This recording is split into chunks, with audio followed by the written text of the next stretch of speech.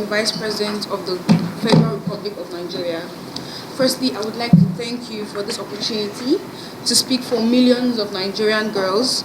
I do not take this opportunity for granted, and I'm so grateful. Thank you. So today, I speak not just for myself, but for millions of girls across Nigeria, girls whose dreams are still waiting to be seen, to be heard, and to be believed in. This moment is beyond a title. It is a reflection of every girl who wakes up every morning with hope, even when her reality has none. I stand here as one, but I carry many voices. Voices from classrooms without roofs, from communities where books are luxuries, and from young hearts that have learned to dream in silence. Across Nigeria, 10.5 million children are out of school, and over 60% of them are girls. Behind these numbers are interrupted lives, girls who could have been teachers, engineers, doctors, or leaders, are now confined by walls of poverty, early marriage, and neglect. In the Northeast and the Northwest, insecurity, displacement, and poverty have pushed education to the brink. For families surviving on less than 800 naira a day, sending a girl to school often feels like a luxury. Instead, they trade her future for survival, marrying her off before she finishes primary school. Nigeria is home to nearly 25 million child brides, which according to the UNICEF is the highest number in Africa. Child marriage is not a culture, it is captivity. It is the quiet violence that steals a girl's health, it steals a girl's education and future. Girls who marry early are more likely to drop out of school, face complications in childbirth, and remain trapped in poverty. And even for the girls who stay in school, another battle rages quietly: period poverty. Across Nigeria, 1 to 10 girl misses school during her menstrual cycle because she cannot afford sanitary pads, or because her school lacks water, lacks good toilets, or even privacy for her to change. A packet of pad costs more than a family meal for many, forcing girls to use rags, leaves, or papers, unsafe alternatives that harm their health and their dignity. What should be a natural process has become a reason for shame and exclusion. When a girl cannot manage her period with dignity, she cannot manage her education with confidence. She stays at home out of embarrassment or pain. She falls behind, and a cycle of inequality continues. This crisis is layered with education, health, poverty, and leadership, all connected by the thread of neglect. Today, 1 in 3 Nigerian girls under 5 suffer from chronic malnutrition. Over 11 million children are wasted or stunted, their futures weakened before they even begin, because at the age of 5, girls and children are not even able to eat proper food and their growth are stunted.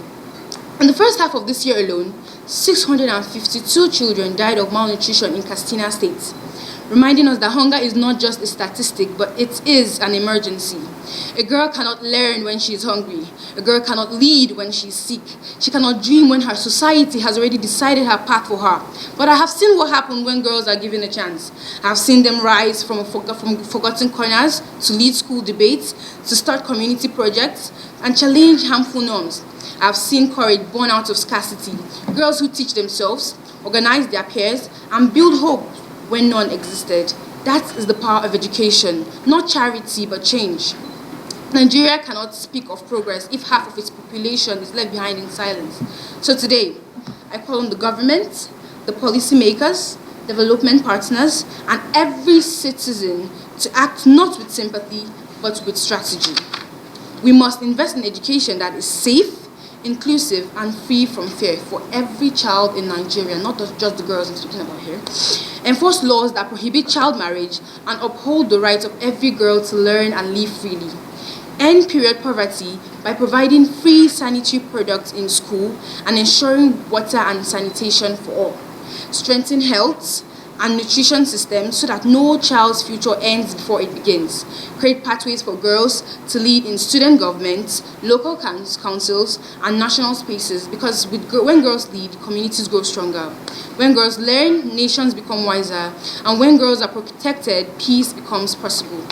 I may be a vice president for a day, but the struggles I represent cannot end in a day.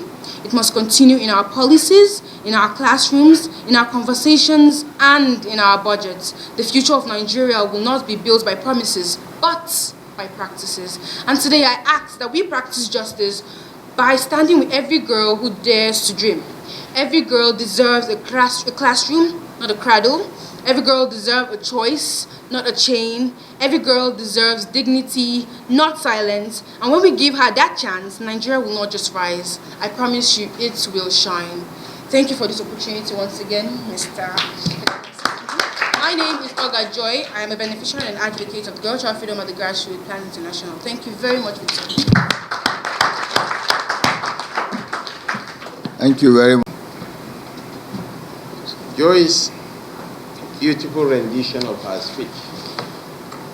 It sounds like music to the ears of all of us, but a music of sadness.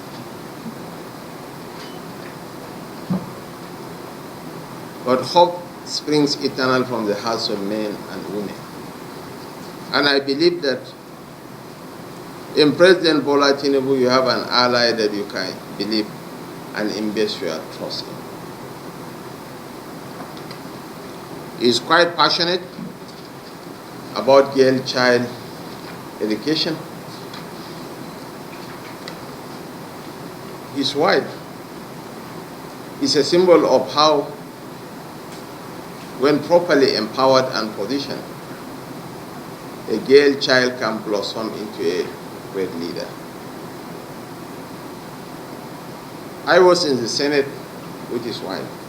He was the chairman Senate Committee on Communication, together with Senator Ibrahim Hassan Hadija.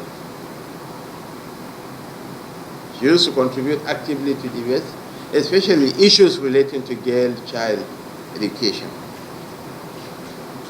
And there is a saying among the Pante people of Ghana: if you educate a man, you have educated an individual. If you educate the girl child, you have educated the nation.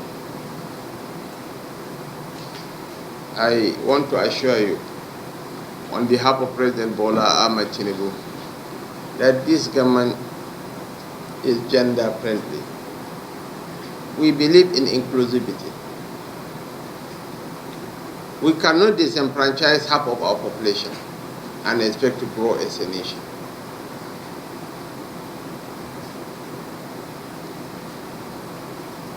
And the grey matter infrastructure of a growing child is absolutely essential, or that child will become permanently stunted for the rest of his or her life. This is why the school feeding program is absolutely essential. Because there was a study done in Peru. They scanned the grey matter infrastructure of well-nourished kids and undernourished kids.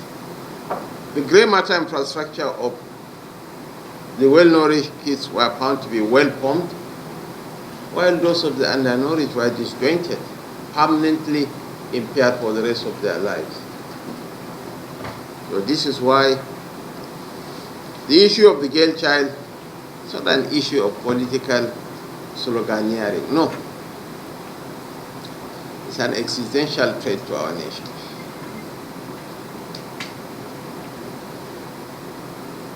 And one issue that has been neglected in Joy's presentation, one of the greatest disincentives to girl child education, especially in northern Nigeria, is the paucity of toilet facilities in our schools.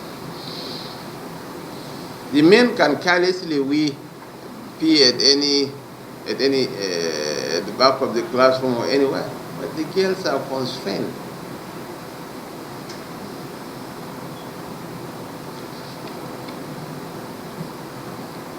Some governors are doing well.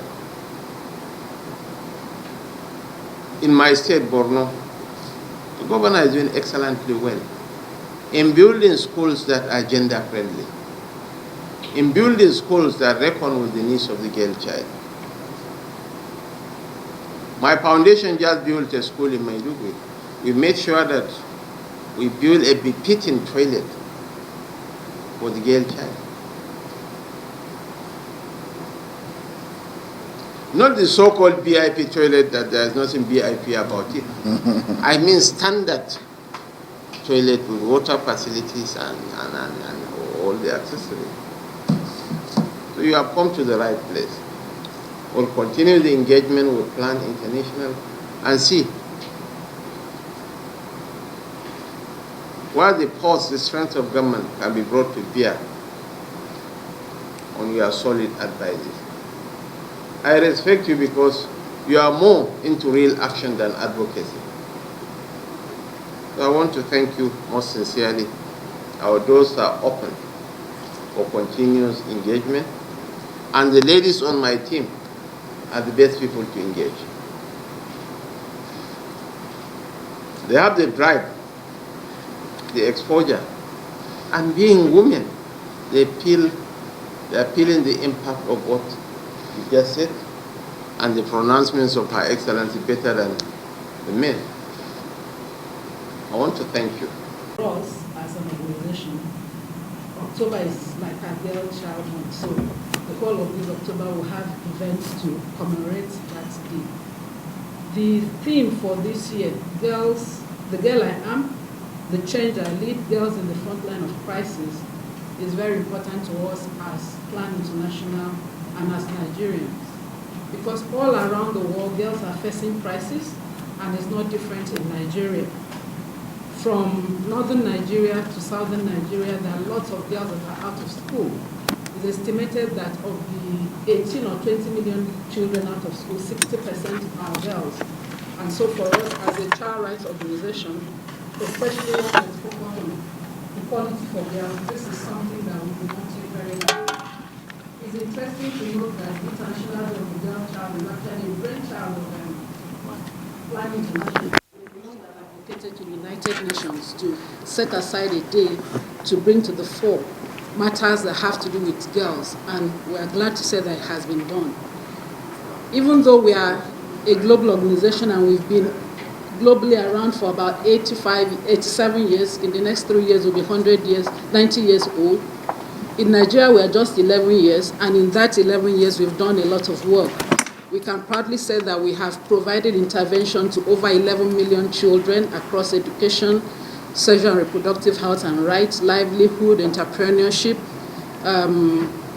child development, and youth development. Now, even though we're a child rights organization, we know that a child does not exist in a vacuum. It exists within families. So we have been working across Nigeria trying to improve the lives of children, working with children. Last year, we did this event at the office of the speaker where a girl took over the seat of the speaker for a day, and she specifically asked for the removal of VAT from sanitary pad and diapers. I want to thank you on behalf of Plan and the government of Nigeria, because that's part of what has been passed in the Tax Reform Act. That has been done to make the lives of girls better. This year, for the first time, we are here with the Office of the Vice President. So we have a long list of things to ask, we could possibly ask, but we'll just ask for one thing. So please see how we can ensure that girls have education, well educated across this nation, because when you educate one girl, you educate the whole nation. So that's what we're asking for. And if we got that from the one with the speaker, I'm sure that we are going to get something more. Just make education available, make the schools affordable for girls to go to. Something as simple as not having sanitary pads in school can keep girls out. So we're very glad to see that that's done through your office. So when we talk about statistics, we could mention a whole lot, but for us, even if it's one girl that is affected, is a whole lot, because she's going to have children and we keep perpetuating that cycle of poverty. So I want to thank you for bringing us here, making time to have this first girl takeover with the Office of the Vice President. Is a first step in ensuring that girls will be better. We believe that this will be a step in the future to improve our collaboration with your office to see how we can make the lives of children across Nigeria the better for it. So today we came with a girl, Joy Ogah, who will take over the seat of the Vice President for a day, and she'll be making very specific demands. Hopefully, His Excellency, the Vice President, will be able to help us bring this to the fore and ensure that the lives of girls in Nigeria is better for it. Thank you very much, sir. I was really grateful for the opportunity given to me to sit on the seat of the Vice President for a day, even if it was for a few minutes. I felt really good, and I felt like I was given the chance to be heard, and I felt like the voice of the girls in Nigeria have been heard. I feel. Tell us about the positions you visited for those certifications. I talked about usable toilets for the girls and supply of sanitary pads, frequent supply of sanitary pads, and gender-friendly toilets, education where schools where girls are free and safe, and I talked about gender equality. So how important is girl child education? The girl child education is very important. Of 100, it's 99.9. Because, yes, it's that important because the girls are the builders and the drivers of the nation. Thank you. So finally, can you understand the other point? Yes. Yes. In leadership with visions clear, you guide us forward year by year. With heart and passion, you inspire, empowering girls, lifting us higher. Through opportunities and open door, you nurture dreams and so much more. With every step, your impact shows a beacon of hope as forward as you go. Behind the president, your brilliant mind, guiding the nation with visions aligned. In every endeavor, your spirit shines, a legacy of kindness through the times. Thank you. Thank you so much.